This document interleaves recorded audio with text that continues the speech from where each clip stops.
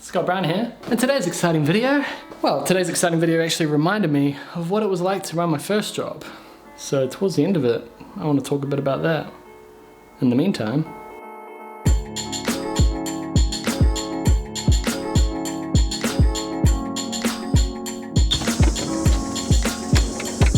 I was driving around on the way here, and I just keep hearing this boof every time I braked. Every time I would come up to a traffic light or something, boof. That was the sound of this drawer not being locked and hitting the door. I think I know why it's not locked. Usually it requires this handle to lift this lever up. So you got the lever there, and that's because this little bit of metal here rolls in and catches behind there. But you see on this side, the metal snapped off. It literally just snapped off in front of me.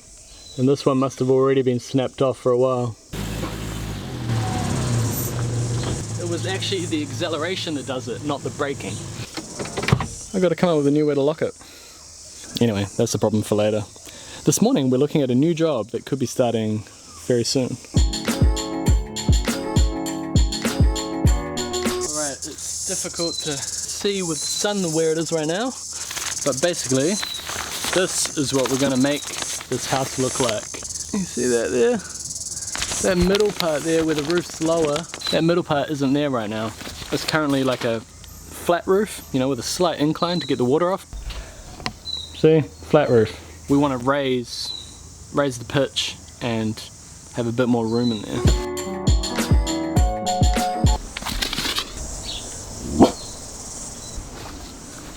I'm terrified. I might not go around there.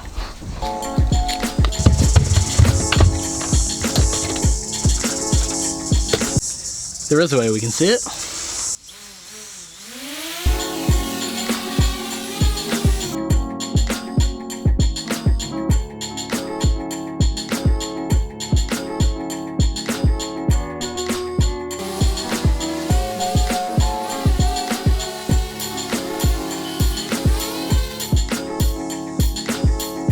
Mission accomplished. That's what makes up most of that middle area, a glass conservatory.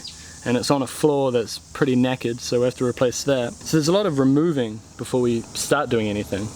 And we have to cut into the two roofs on the side. And all this area beneath it will be exposed. Dining, living, kitchen, foyer, bedroom.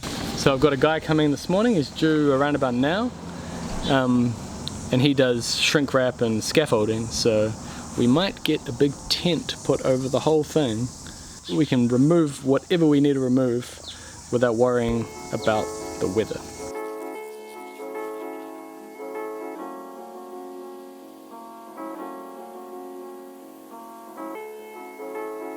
It looks like this guy isn't showing up. That's a bummer.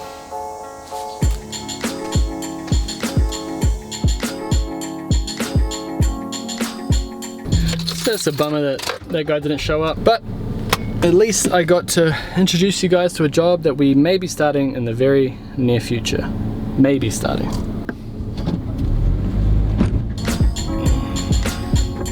gotta fix that. Fuel lights on. But we're nearly there. We made it. So the reason we haven't started that job that we're just looking at is because we're waiting on the council. They had plans, they got consented, and then the consent lapsed because the job didn't start in time. So we're just waiting on them to coming back, and then we'll get into it.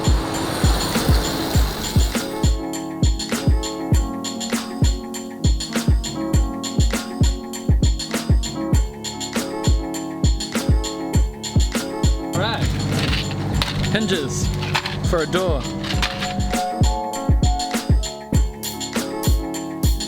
How do you feel about being an exciting episode, Nick? Yo, pretty stoked, eh? Old Nick from Spacer here. Bumped into Nick. His boss made these, is that right? Yeah, right. He invented them? Made for builders by builders. Made in New Zealand. Nice, so you got a whole bunch of them. Do you just drive around with them? Yeah, it's just my job, just drive around. I love it. Yeah. So we used these on a deck a few months ago. I'll put a little clip of that here. And yeah, they're really good. So he's just gonna give me a couple now. Yeah. What a nice guy.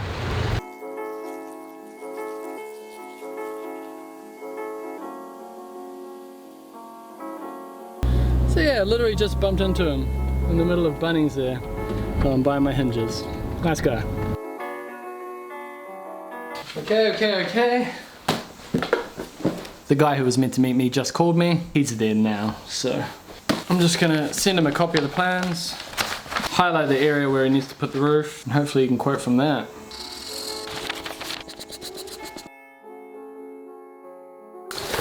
So, like I said at the start, I still remember what it was like to run my first job.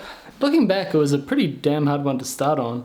I was at a school in South Auckland. If you're in Auckland and you know the Buddhist temple out south, it's the primary school behind it. We built a block there. I built that school. But if you don't know that school, it doesn't matter. It's a primary school, 2 levels, and it's essentially a concrete structure. One big concrete slab with concrete pillars that are craned in, and then concrete floors that are craned in as well, and then you pour another floor on top of that. We had to guide the crane and everything, and put the starter bars for the columns to go on, and me and my mate were about as experienced as one another, and we're pretty much given the plans and asked to just look after the job. I still remember being there like 5 in the morning and the smoker shed is, you know, pitch black outside, and we're just looking at the plans, scratching our heads, going, oh my god, you know, trying to figure it out. So I look back and I really do appreciate my boss at the time for throwing me in the deep end like that. I mean, without that, I guess, you know, without being asked to do something beyond what you can currently do, you never really get anywhere. I'm not overwhelmed by ripping a roof off and, you know, having to put a big scaffold over, and, you know, doing these kind of things is the easy part now. Anyway, just a thought. Thanks for watching another exciting episode. Party will be back soon. Also coming up on the channel, we're going to be trying out some new tools, so stay tuned for that. Coming very soon.